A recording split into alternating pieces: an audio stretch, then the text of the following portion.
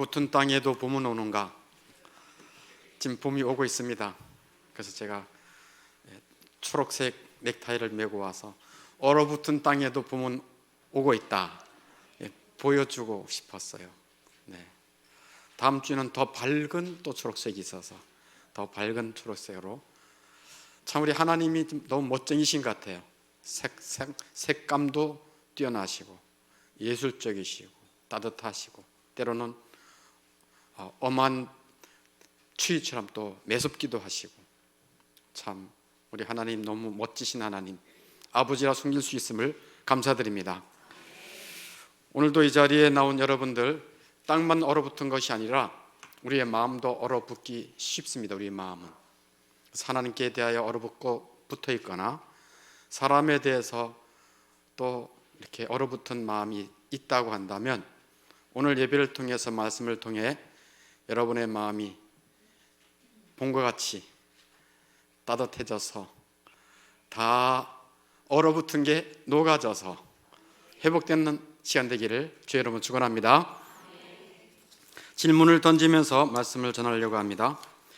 인생길에서 꼭 알아야 할 세 가지가 있다면 무엇일까? 인생길에서 꼭 알아야 할 세 가지, 이것은 꼭 알아야 돼요. 조금 더 힌트를 주자면, 복된 인생으로 살고 죽기 위해서 우리가 알아야 할 것 세 가지, 뭘까? 복된 인생으로 살고 싶지요? 또 복되게 죽고도 싶지요? 그러면 이것을 꼭 알아야 돼요. 세 가지를. 힌트, 하이델베르그 유리문답 제 2문에 그 힌트가 있어요. 이러한 위로 가운데 복된 인생으로 살고 죽기 위하여 당신은 무엇을 알아야 합니까? 세 가지를 알아야 됩니다. 첫째는 나의 죄와 비참함이 얼마나 큰지 알아야 합니다. 이게 첫 번째예요. 나의 죄와 나의 비참함이 얼마나 큰지 알아야 된대. 사람들이 자기 자신의 죄와 비참함을 몰라요. 자기 자신을 모르니까 남을 판단해요. 저 사람에게 문제가 있다고 생각해요. 자기에게 큰 문제가 있는 거예요. 자기 죄와 비참함을 몰라서 무지해서 불행이 생기는 것이에요. 그래서 인간관계가 깨지고 신앙생활이 흔들리고 삶이 버거워지는 것이에요. 그래서 첫 번째 알아야 될 게 뭐라고요? 나의 죄와 비참함이 얼마나 큰지 알아야 되는 것이 첫 번째. 두 번째는 나의 모든 죄와 비참함으로부터 어떻게 구원을 받아야 하는지 알아야 합니다. 구원을 받아야 살죠. 어떻게 구원? 그래서 두 번째는 구원. 어떻게 구원받아야 되지? 세 번째는 그러한 구원을 주신 하나님께 어떻게 감사해야 하는지 알아야 합니다. 감사도 잘 몰라요. 이렇게 세 가지를 알아야 복된 인생으로 살다가 복된 인생으로 죽을 수가 있는 것입니다. 이 세 가지가 하이델베르그 유리문답 129문 가운데 딱 녹여져 있어요. 딱 녹여져 있다는 얘기예요. 그래서 하이델베르그 유리문답 제1문부터 11문까지가 나의 죄와 비참함이 얼마나 큰지를 알려주었고, 12문부터 85문까지가 나의 모든 죄와 비참함으로부터 어떻게 구원을 받아야 하는지를 알려주고 있는 것입니다. 오늘이 12문에서 85문까지니까 그 사이에 31문이니까 뭐에 대한 말씀을 전하고 있습니까? 구원이죠. 구원. 어떻게 구원받아야 되는지. 구주, 구원자는 예수님이십니다. 그래서 오늘 질문이 31분 질문이 한번 보십시다. 왜 예수님을 기름 부음 받은 자, 즉 그리스도라고 부릅니까? 라는 질문이에요. 왜 예수님을 기름 부음 받은 자, 즉 그리스도라고 부릅니까? 우리가 예수 그리스도 이름으로 기도합니다, 이런 말을 많이 쓰잖아요. 그리스도에 대한 말씀이에요. 그리스도. 거기에 대한 대답으로 이렇게 정리해 놓고 있습니다. 좀 길긴 하지만 아주 심플한 내용이에요. 자, 한번 같이 읽어볼까요? 맨 처음에 시작. 한 문장만 시작. 그분은 성부 하나님으로부터 정하심을 받고 성령으로 기름 부음을 받아 우리의 뭐가 되셨을까요? 선지자, 우리의 선지자여 교사가 되어 우리의 뭐에 관한? 구원에 관한 하나님의 은밀한 작정과 뜻을 충만하게 계시하셨기 때문에 그리스도다 이렇게 부르는 거예요. 그리스도다 이렇게 부르는 거예요. 그래서 예수 그리스도가 삼중직인데 첫 번째 직무가 그리스도의 직무고요. 그 다음에 두 번째, 또한 우리의 유일한 뭐가 되사? 대제사장 되사 그의 몸을 단번에 뭘로? 제물로, 희생제물로 드리사 우리를 구속하셨고 우리를 속전, 이 돈을 지불해서 구할 구자 구원해 주신 거예요. 핏값을 속전을 내고, 그러니까 우리가 어떤 노예에 팔려가지고 족쇄에 묶여 있을 때 그 노예를 구해오려면 어떻게 해야 돼요? 돈을 치러야지. 돈을 치러야 그 노예에서 사가지고 자유를 주시지. 똑같아요.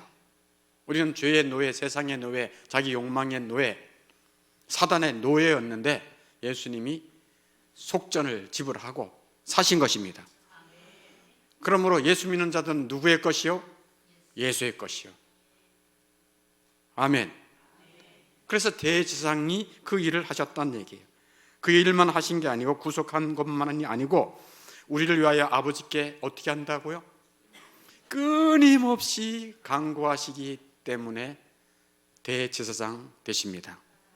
그래서 예수님이 마지막 이 세상을 떠나실 때에 요한복음 17장에서 대제사장적 기도를 올리신 것이 요한복음 17장 말씀이에요. 대제사장적 기도를 올리셨어요. 눈물이, 사랑이 가득 담긴 기도문이 요한복음 17장 말씀이에요. 그 말씀을 보면 가슴이 뛰어요.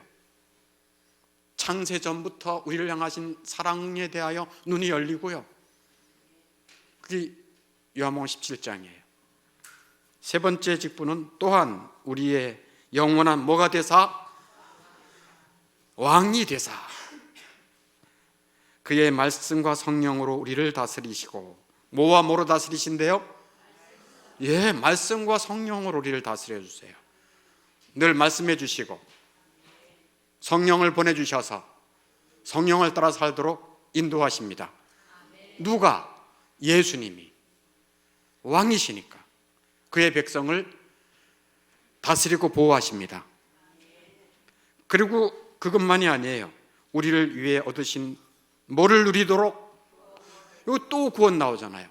구원을 누리도록 우리를 보호하시고 보존하시기 때문에 왕이십니다. 네. 그래서 우리의 원수들로부터 우리를 보호해 주시는 분이 왕이세요. 왕은 자기 백성을 보호합니다. 그의 능력으로. 그리고 자기 백성을 말씀과 성령으로 다스리십니다. 이게 왕이세요. 그리스도는 기름 부음을 받았다는 의미예요. 뭐를 받았다는 의미라고요? 네, 기름 부음을 받았다.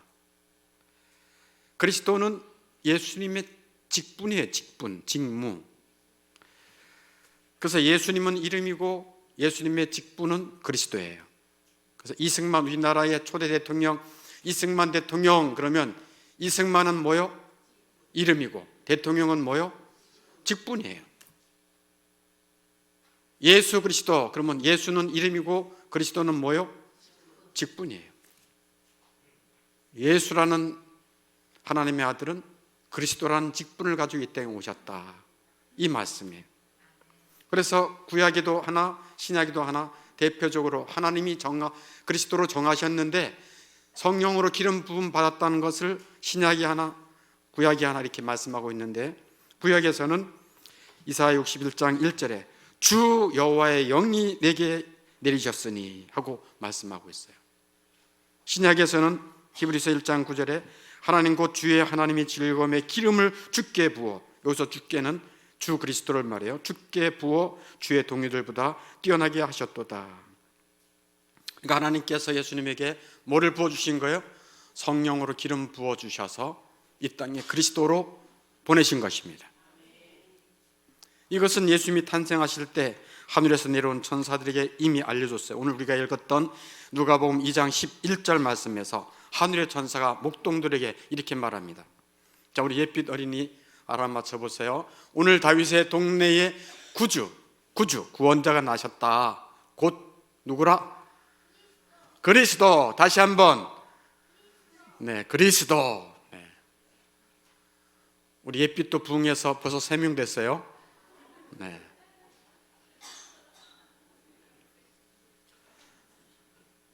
천사가 하늘에서 내려와서 알려줬어요. 오늘 다윗의 동네 베들레헴에 구세주, 구원자가 나셨는데 곧 그리스도 주시라. 아멘 합시다. 예수님이 그리스도예요. 천사가 알려줬어요. 그리고 예수님의 제자들은 예수님을 그리스도라고 불렀어요. 어느 날 바닷가에서 안드레가 고기를 잡다가 예수님을 만났어요. 너무 기뻤어요. 예수님을 만나면 나타나는 현상이 기쁨이에요. 왜? 구원자를 만났어. 이제 살 길이 열렸으나. 너무 기쁜 거예요. 그래서 안드레가 형한테 갔어요. 형이 누구죠? 베드로죠. 시몬 베드로. 시몬, 형, 내가 메시아를 만났어. 메시아는 히브리 말인데 헬라 말로 그리스도와 동일한 말이에요. 이 요한복음 1장 41절에서 말하잖아요. 우리가 메시아를 만났어. 메시아는 번역하면 그리스도다라고 성경이 기록하고 있어요. 메시아는 무슨 말이라고요? 그리스도랑 똑같은 말이에요. 메시아는 히브리 말로 메시아라 그러고 헬라 말로는 그리스도, 동일한 말이에요. 그래서 음악의 어머니 누군지 아시죠? 음악의 어머니 핸델이 뭐를 지었어요? 메시아를 졌잖아요. 할렐루야, 할렐루야, 할렐루야, 할렐루야, 할렐루야 뭐 그러잖아요. 여러분 불러보신 분 있죠? 네, 있을 거예요. 성가대 하셨던 분들은 아마 불러볼거나 아니면 음악을 좋아하는 사람들은 그 핸델의 메시아를 듣기를 좋아할 거예요. 근데 세상 사람들은 메시아가 뭔지 몰라요. 메시아가 뭐라고요? 기름 부음 받은 자. 메시아가 뭐라고요? 그리스도. 그래서 예수님의 제자들은 예수님을 그리스도라고 불렀어요. 예수님의 제자 가운데 수제자인 베드로도 너희는 나를 누구라고 하느냐고 예수님이 물었을 때 베드로가 마태복음 16장 16절에서 뭐라고 말합니까? 주는 그리스도시요 살아계신 하나님의 아들이십니다. 아멘. 그리스도라고 고백해요. 그리고 예수님께서 부활하신 다음에 예수 그리스도께서 자기가 자기 자신을 그리스도라고 말해요. 누가복음 24장 26절에 그리스도가, 예수님이 하신 말씀에 그리스도가 이런 고난을 받고 자기의 영광에 들어가야 할 것이 아니냐 하고 예수님이 자기 자신을 그리스도라고 드러내요. 이미 부활하신 후에는. 그 다음에 부활하신 후에 예수님의 제자들은 적극적으로 예수는 그리스도이십니다. 예수는 그리스도이십니다. 한마디로 복음의 내용이 예수는 그리스도이십니다. 그것을 사도 베드로를 비롯해서 모든 제자들과 사도 바울이 가는 곳마다 복음을 준 거예요. 이게 사도행전에 아주 뛰어나게 나와요. 사도행전 5장 42절에 그들이 날마다 성전에 있든지 집에 있든지 예수는 그리스도라고 가르치기와 전도하기를 그치지 아니하니라. 아멘. 예수님은 메시아입니다. 메시아가 오셨어요. 예수님은 그리스도이십니다 하고 가르치고 전파하기를 그치지 않더라라고 사도행전 5장 42절에 말하고 있고 9장 22절에서도 사울은 힘을 더 얻어 예수를 그리스도라 정언하였다. 아멘. 사도행전 17장 3절에서도 사도 바울은 내가 너에게 전하는 이 예수가 곧 그리스도라. 내가 전하는 이 예수가 곧 그리스도라. 아멘. 이게 사도행전에 꽉 차 있는 거예요. 그러면 예수님께서 3가지 직무를 가져오셨다고 했지 않았습니까? 자, 가로넣기 하겠습니다. 첫째, 우리의 뭐라고요? 옛비더니 우리의 뭐라고요? 네, 선지자. 둘째, 우리의 유일한 옛비더니 뭐라고요? 대제사장. 셋째, 에피더니는 우리의 영원한 뭐라고요? 왕. 선지자, 대제사장, 왕, 이 삼중직을 가져오셨어요. 직분을 가져오셨다니까요. 삼중직. 그래서 주님이 세우신 이 교회를 잘 세우도록 주 예수님은 직분을 세 가지를 주셨어요. 아니, 직분을 항존직이라 그래요. 이 보면, 그래서 목사, 장로, 권사, 안수입사 직분을 줘가지고 교회를 잘 세워라. 교회를 위해서 끊임없이 기도해라. 예수가 그리스도임을 증거해라. 봉사해라 하고 직분을 주신 거예요. 그냥 이름만 부르기 좋게 집사님 듣기 좋으라고 불러 직분을 준 게 절대로 아니에요. 근데 이렇게 직분을 주셨는데 우리 교회에, 물론 합동적 교회 몇 교도 있는데요, 우리 교회에 이중직이 있어요. 혹시 아세요? 알아요? 이중직이 있어요. 두 가지 직분을 가진 사람. 저도 아니에요. 장로님도 아니고 권사님도 아니고 안수집사님도 아니에요. 에스더 전도사. 이중직이야. 말씀을 전하는 말씀 사역자, 또 사모로서 또 성도들을 사랑하고 또 섬기라고 사모 직분. 전도사 사역을 하기 위해서 하나님이 많이 준비해 주신 것 같아요. 신학대학교를 비롯해서 신학대학원 2개를 비롯해서 세계에서 하나님의 말씀을 하나님이 차곡차곡 준비시켜 주셨어요. 그래서 말씀을 증거해요. 어느 날은 자다가 새벽 이렇게 되면 사람이 옆에 없어 해서 깜짝 놀래요. 어디 갔을까? 말씀 준비하러 가셨어요. 자다가 말씀 준비가 안 되면 그냥 깬대요. 저는 말씀 준비 안 돼도 그냥 자거든요. 여성이 조금 더 예민한 것 같아요. 네. 그래서 말씀 준비하고 그거 전하려고 또 기도하고 또 사모로서의 직분도 또 감당해야 되잖아요. 네. 사모로서의 직분 감당해야 되죠. 전 담임 목사니까 여러분들이 마음대로 막 얘기를 못 하는데 우리 사모가 옆에 있으니까 또 사모는 또 쉽게 얘기를 또 하잖아. 그러다 보니까 교회 사모들이 정신적으로 심적으로 많이 좀 이렇게 힘들어요. 말씀 전하느라고 힘들고 이중직이니까. 그래서 여러분들이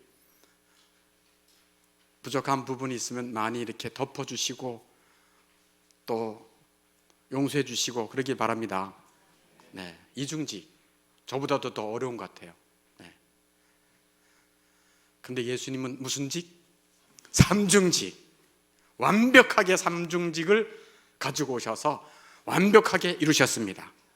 그게 우리의 선지자, 우리의 유일한 대제사장, 셋째 우리의 영원한 왕으로서 한 가지 좀 살펴보겠습니다. 오늘 여러분들이 우리 예수 그리스도, 나의 메시아, 우리의 그리스도 어떤 일을 위해서 이 땅에 하나님이 보내주셨을까?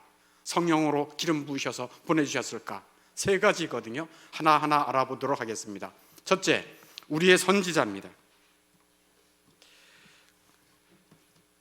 여러분의 그 예배 CT에도 나와 있지만 거기에 보면 우리의 선지자의 교사가 되어 우리의 구원에 관한, 우리의 뭐에 관한? 구원에 관한 하나님의 은밀한 작정과 뜻을 충만하게 계시하셨기 때문에 선지자이십니다. 그러니까 하나님께서 우리를 사랑하셔서 우리를 죄와 비참함에서 사망에서 하나님의 진노에서 어떻게 구원하시는지를 하나님의 은밀한 작정과 뜻을 전하셨습니다. 누가? 선지자 되신 예수님께서. 그게 그리스도의 직무예요. 선지자의 직무를 감당하신 것입니다. 구약의 선지자들은 불완전했어요. 부분적이었어요.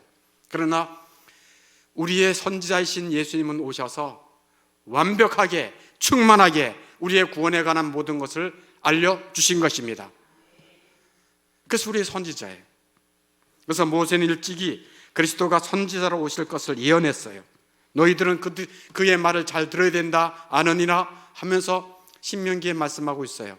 이것을 사도행전 3장 22절에서 이렇게 기록하고 있습니다. 모세가 말하되 주 하나님이 너희를 위하여 너희 형제 가운데서 나 같은 선지자 하나를 세울 것이니 너희가 무엇이든지 그의 모든 말을 들을 것이라. 아멘. 모세의 한 말을 신약에서 사도행전 3장 22절에 그대로 인용해서 예수님이 선지자로 오신 것을 증언하고 있는 것입니다. 요한복음 15장 15절에서도 예수님이 이렇게 말씀하고 있어요. 한번 따라해 보세요. 내가 내 아버지께 들은 것을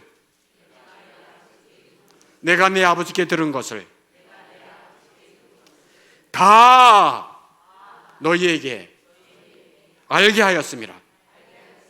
아멘. 그러니까 성부 하나님과 성자 예수님은 창세전부터 함께 계셨고 영광 중에 계셨고 사랑 중에 계셨고, 그래서 그 성부 하나님의 그 작정과 뜻을 예수님이 가장 잘 아는 거예요. 그래서 그 하나님의 사랑과 그 하나님의 작정과 뜻을 너희들에게 다 알려줬다라고 예수님이 직접 말씀하고 계세요. 할렐루야.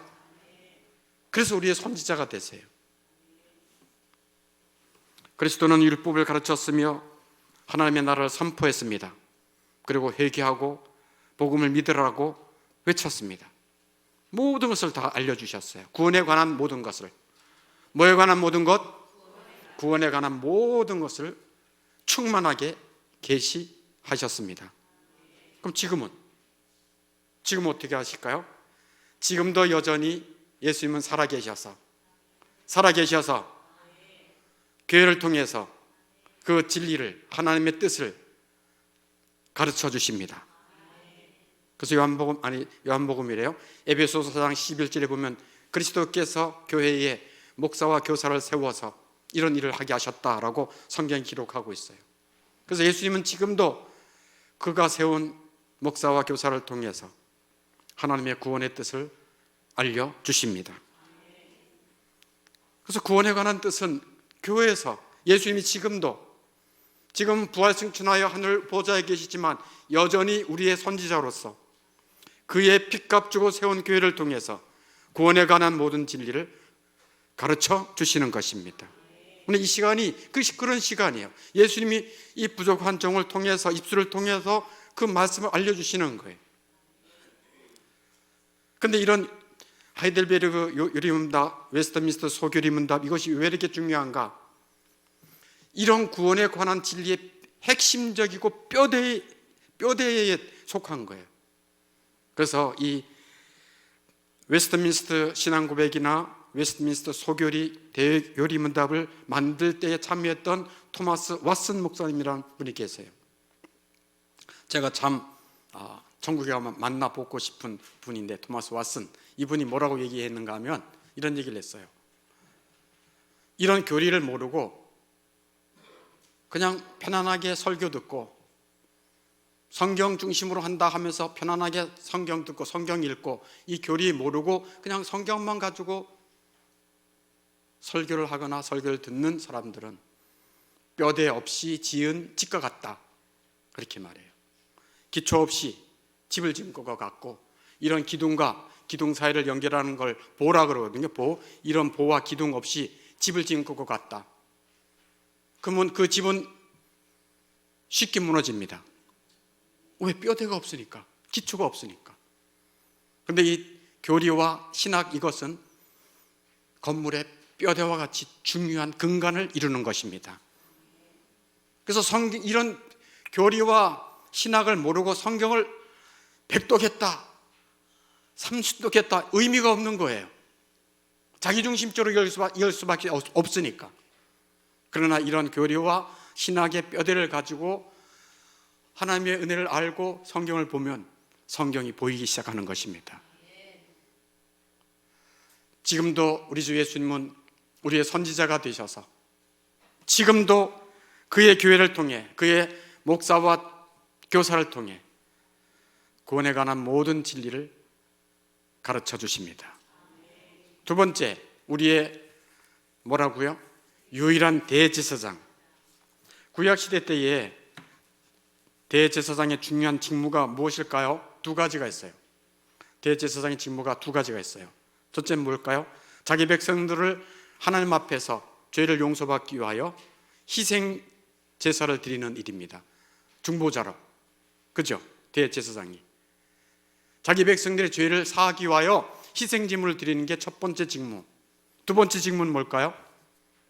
자기 백성들을 위해 기도하는 것이 두 번째 직무예요. 이 대제사장의 두 번째 직무예요. 이와 같이 그리스도는 우리의 유일한 대제사장으로 오셨어요. 히브리서 4장 14절에 보면 그러므로 우리에게 큰 대제사장이 계시니 승천하시니 곧 하나님의 아들 예수시라. 아멘. 히브리서 4장 14절에 분명히 말씀하고 있어요. 우리에게 큰 대제사장이 계시니 승천하신 이 곧 하나님의 아들 예수시라. 아멘. 대제사장으로 오셨어요. 그래서 그리스도께서는 우리의 죄를 속량하기 위해서 염소와 송아지의 피로 하지 아니하시고, 예수님은 직접 오셔서 송아지와 염소의 피, 양의 피로 하지 아니하시고 누구의 피로 희생제사를 드리신 것입니까? 자신의 피로. 대제사장이 다른 양을 드려야 되는데 자기가 자기 피를 흘려서 하나님 앞에 제사를 드려서 자기 백성의 죄를 속해 주시는 것입니다. 그래서 양이나 소나 염소를 드려서 죄를 속할 때는 계속 죄를 드리고 또 제사 드리고 또 제사 드려야 돼요. 완전하지 못하니까. 그러나 예수님은 단번에 영원히 속죄 제사를 드린 것입니다. 그게 히브리서 9장, 이 말씀은 너무 중요하니까 찾아왔어요. 히브리서 9장 11절 12절 한번 같이 가로놓기는 우리 햇빛. 그리스도께서는 장래 좋은 일에 뭐로 오사? 대제사장으로 오사. 아멘. 네, 대제사장으로 오셨어요. 손으로 짓지 아니한 것 곧 이 창조에 속하지 아니한 더 크고 온전한 장막으로 말미암아. 이게 무슨 말씀이에요? 대제사장으로 오셨어요. 근데 손으로 짓지 아니한 것, 손으로 짓지 않은 것, 그게 뭐래요? 이 창조에 속하지 아니한 더 크고 온전한 장막으로 말미암아. 무슨 말이래요? 네? 무슨 말이래요? 이 창조에 속하지 아니한 더 크고 온전한 장막, 더 크고 온전한 장막, 육체를 생각하면 돼요. 더 크고 온전한 육체. 그러면 조금 뭐가 열리죠? 이 창조에 속하지 아니한, 사람이 태어날 때는 하나님이 창조하실 때 남자와 여자로 창조하셨어요. 남자와 여자가 결혼하여 함께 합방함으로 자녀가 태어나요. 이 세상 창조의 원리예요. 이런 원리를 위배할 수가 없어요. 그래서 자녀가 태어나는 것은, 생명이 태어나는 것은 남자와 여자로 말미암아 태어나는 거예요. 그러나 예수님은 손으로 짓지 아니한 이 창조에 속하지 아니한 방법으로, 즉 성령으로 말미암아 온전한 육체를 가지고 태어나신 것입니다. 그게 더 크고 온전한 장막으로 오신 것이에요. 그래서 12절에 염소와 송아지의 피로 하지 아니하고 그 온전한 장막 성령으로 말미암아 죄 없는 육체를 가지신 예수님이 죄 있는 우리들의 죄를 속하기 위해 자기의 피로 영원한 속죄를 이루셨습니다. 아멘. 죄 없는 자예요. 예수님은 성령으로 태어났기 때문에 죄가 없습니다. 저도 한때 청년일 때에 예수 청년이 죽은 거나 내가 죽는 거랑 뭐가 차이가 있어? 생각할 때가 있었어요. 너무 무지했었을 때예요. 근데 예수 청년의 죽음과 나의 죽음은 틀려요. 내가 죽는 것은 내 죄 때문에 죽는 것이고, 예수의 죽으심은 그의 죄 때문에 죽은 것이 아니라 자기 백성의 죄를 속하기 위해 죽으신 것입니다. 이게 그 말씀이에요. 대제사장으로 오사 그냥 우아하게 염소와 송아지의 피로 우리의 죄를 용서해 주신 것이 아니라 죄 없는 자기의 피를 흘려 희생제물을 드리심으로 하나님의 진노를 거두게 하시고 우리를 죄와 사망과 하나님의 형벌과 진노로부터 구원하신 것입니다. 우리의 모든 죄와 비참함으로부터 구원하신 것입니다.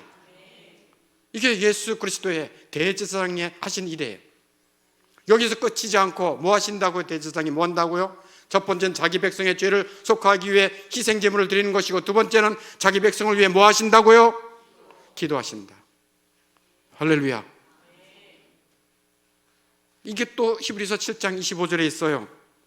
그러므로 자기를 힘입어 하나님께 나아가는 자들을 온전히 구원하실 수 있으니 이는 그가 항상 살아 계셔서 그들을 위하여 간구하심이라. 항상 살아 계셔서 그들을 위하여 간구하심이라. 아멘. 여러분, 우리가 지금까지 이 세상 살아왔잖아요. 여러분, 정말 너무 힘든 세상 오늘까지 살아왔잖아요. 지금도 어려운 사람도 있잖아요. 우리 이 땅에 살아오면서 얼마나 많은 위기를 겪었습니까? 가정이 이혼할 위기도 겪었고, 사업이 풍지박산 나가지고 이제는 끝이야, 그냥 가난하게 살아 할 수도 있었어요. 몸이 고장 나가지고 이제는 난 절망이야. 저도 그런 걸 경험해 봤거든요. 인간관계의 고통으로 우리는 위기를 당하고 여러 가지 어느 일을 많이 겪어요. 영적으로 신앙생활의 위기도 겪기도 하고, 그 수많은 위기와 시련 가운데 우리가 오늘 이 자리가 있는 것은 항상 살아계셔서 끊임없이 기도하시는 주님의 중보 덕분입니다. 우리가 기도하면 얼마나 하겠습니까? 우리가 남을 위해서 기도한다면 얼마나 기도하겠습니까? 우리는 힘들어도 기도 못하고, 자기의 삶이 괜찮으면 더 기도 못하고, 기도할 이유가 없잖아. 우리는 이래저래 기도 못해. 또 기도가 잘 되면 또 자기가 기도를 잘해가지고 하나님이 들어주신다고 자기 공로를 또 돌리려고 그러고, 얼마나 연약하고 얼마나 죄투성인지 몰라요.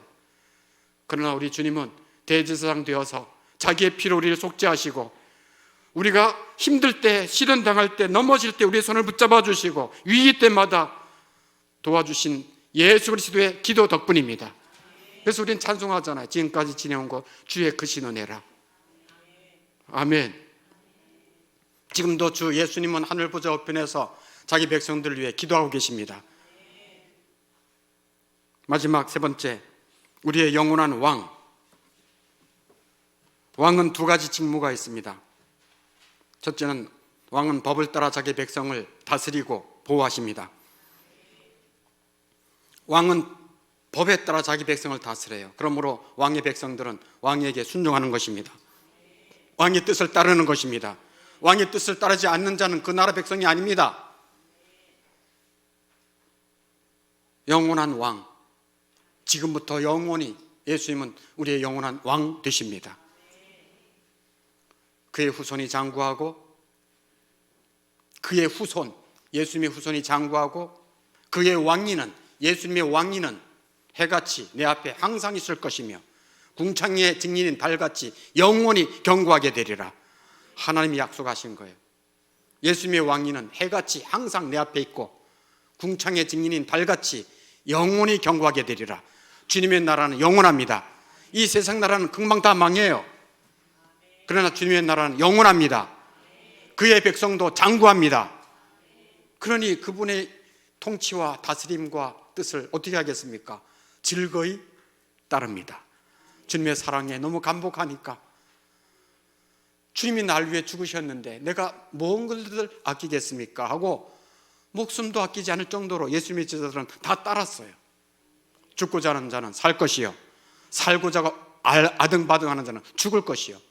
이 역설적인 것이 성경의 진리가 아닙니까? 그리스도는 우리의 영원한 왕으로서 뭐와 뭐로 다스린다고 말합니까? 이게 요리문답 답에 나와 있잖아요. 뭐와 뭐로 다스린다? 말씀과 성령을. 말씀과 뭐로요? 성령으로 우리를 다스리고, 또한 우리의 영원한 왕이 되사 그의 말씀과 성령으로 우리를 다스리고. 아멘. 지금도 이 말씀을 주시는 것은 말씀으로 우리를 다스리시고 보호하시는 것입니다. 그래서 예수님은 그의 제자들에게 있을 때 요거 한 가지만 말씀할게요. 뭐라고 말씀하셨냐면은 너희들이 뱀처럼 지혜롭고 비둘기처럼 순결하라, 거룩하라고 말씀하셨죠. 이 세상은 정말 지혜가 필요해요. 순박해서도 안 되고 거룩해서도만도 안 돼요. 뱀처럼 지혜로워야 되고, 아멘. 그렇지만 또 하늘 백성답게 거룩해야 되고, 주의 말씀을 듣고 주의 말씀을 묵상할 때 주 예수님은 우리에게 뱀처럼 지혜로움을 주십니다. 비둘기 같은 거룩함을 주십니다. 말씀이 우리를 거룩하게 하니까, 말씀 자체가 지혜로우시니까 예수님은 하나님으로부터 나와서 우리에게 지혜와 의와 거룩함과 구원함이 되셨으니, 고린도전서 1장 31절 말씀대로 지혜가 먼저 나와요. 그래서 예수 안에 있는 자는, 예수님을 따르는 자는 지혜롭습니다. 말에서 지혜롭고, 사업할 때 지혜롭고, 하나님이 지혜로운 말을 입에 담아주시고, 나는 부족한데 주님이 내 안에서 행하시기 때문에 주님이 함께 하시는 자는 주님이 돌봐주십니다. 자기 백성이니까. 할렐루야. 그래서 왕은 다스리는 거예요. 자기 백성을 다스리는 거예요. 말씀과 성령으로 다스린다. 너무 잘 요약해 놓고 있잖아요. 하델베르 유리문답 탑에서. 그리고 또 왕은 두 가지 한다 그랬죠. 자기 백성을 말씀과 성령으로 다스리고, 두 번째 뭐요? 왕은 원수들로부터 자기 백성을 보호하는 것입니다. 나라가 부강하고 군사력이 있는 것은 쳐들어오는 원수들을 다 막기 위함이에요. 강력하면 적들이 쳐들어왔을 때 다 물리칠 수 있는 거예요. 그래서 나라의 국방력을 튼튼하게 하는 거예요. 하나님의 나라는 강력한 나라입니다. 예수님께서 그의 능력으로 모든 원수들을 다 물리치십니다. 왕은 원수들로부터 자기 백성들을 보호하는 것입니다. 근데 원수가 내적인 원수가 있고요, 외적인 원수가 있어요. 내적인 원수는 뭘까? 외적인 원수는 뭘까? 외적인 원수는 우리 눈에 보이지 않지만 외적 원수는 마귀, 원수 마귀입니다. 그리고 하나님의 백성을 해하려고 하는 악한 자들이 세상에 널려 있어요. 여러분 주변에. 그게 외적인 원수들이에요. 우리를 힘들게 하고요, 우리를 망하게 하려고 하고요, 넘어뜨리려고 해요. 그게 외적 원수들이에요. 보이지 않는 원수 마귀, 외적 원수들. 내적 원수는 뭘까요? 내적 원수는 뭘까요? 내 안에 있는 죄예요. 내 안에 있는 죄가 내적인 원수예요. 나를 망하게 하는 것이 누구냐면 내 안에 있는 죄예요. 죄가 뭐예요? 자기중심적인 거예요. 나를 무시해? 저런 인간하고 끊어. 자기중심이에요. 내 존심을 상하게 해? 이 교회 나가지 마. 자기중심이 죄예요. 나를 기분 나쁘게 해? 저런 걸 하고 상대하지 마. 자기가 왕이에요.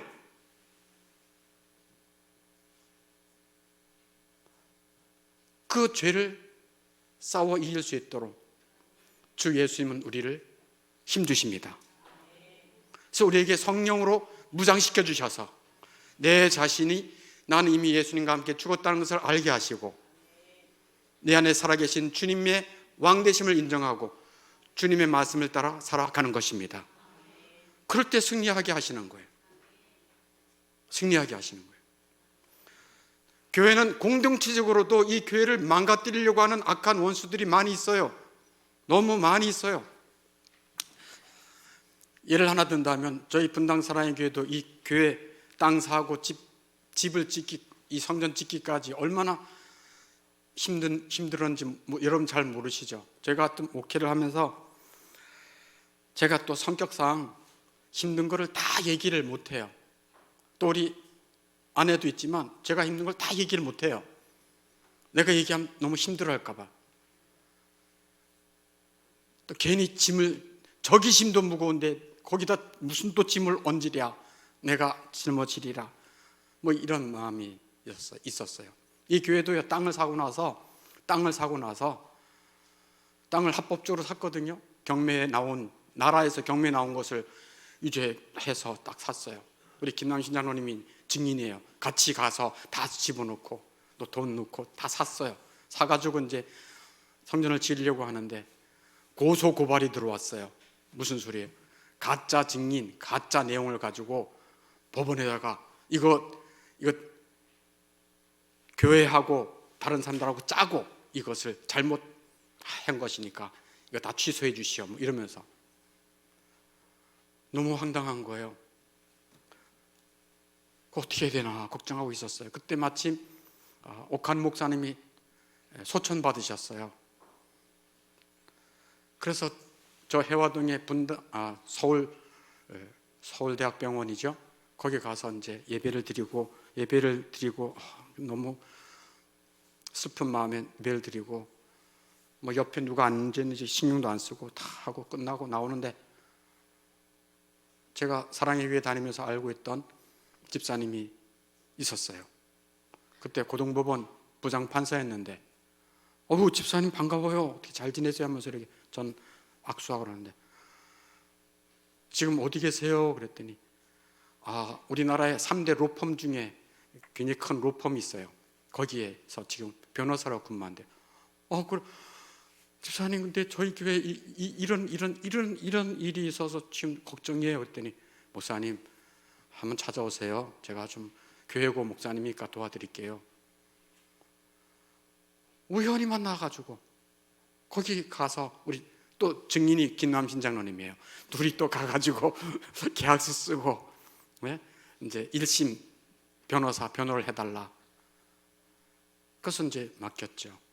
또 싸게 해주시고 또 잘해주겠다고 걱정하지 마시라고. 근데 걱정 안 하게 생겼어요. 1심을 해야 되는데 그때 제가 여러분 교회 앞에다가 제가 이런 있으니까 여러분 기도해 주세요 이런 얘기를 못했어요. 걱정 끼쳐 줄까봐. 진짜로. 근데 1심이 이겼어요. 그래서 너무 감사했어요. 저것들이 또 2심 또 이렇게 고등법원 가야 되는데요. 또 가서 계약서 썼어요. 한 번 더 변호해 주십시오. 그리고 또 주여 2심 이겼어요. 그러니까 마음이 얼마나 조마조마했겠어요. 1심은 이겼지만 2심은 또 뒤집힐 수도 있다는데 2심 이겼대요. 그래서 너무 감사. 저것들이 또 3심까지 적어 있어요. 3심 또 갔어요. 우리는 오직 그분 거기만 의지하고 있는데 거기 마지막 3심 대법원에 가서는 그들이 로펌을 3군데나 대법원 판사했던 사람까지 포함해서 로펌을 3군데나 해가지고 마지막 그냥 증인도 제가 봐도 이거 거짓 증인이야 다. 있을 수 없는 말도 안 되는 소리를 다 했어. 다 읽어보니까 이게 보내주거든요. 이런 내용으로 그들이 했다. 그때 마지막 또 얼마나 똥줄 탔게요.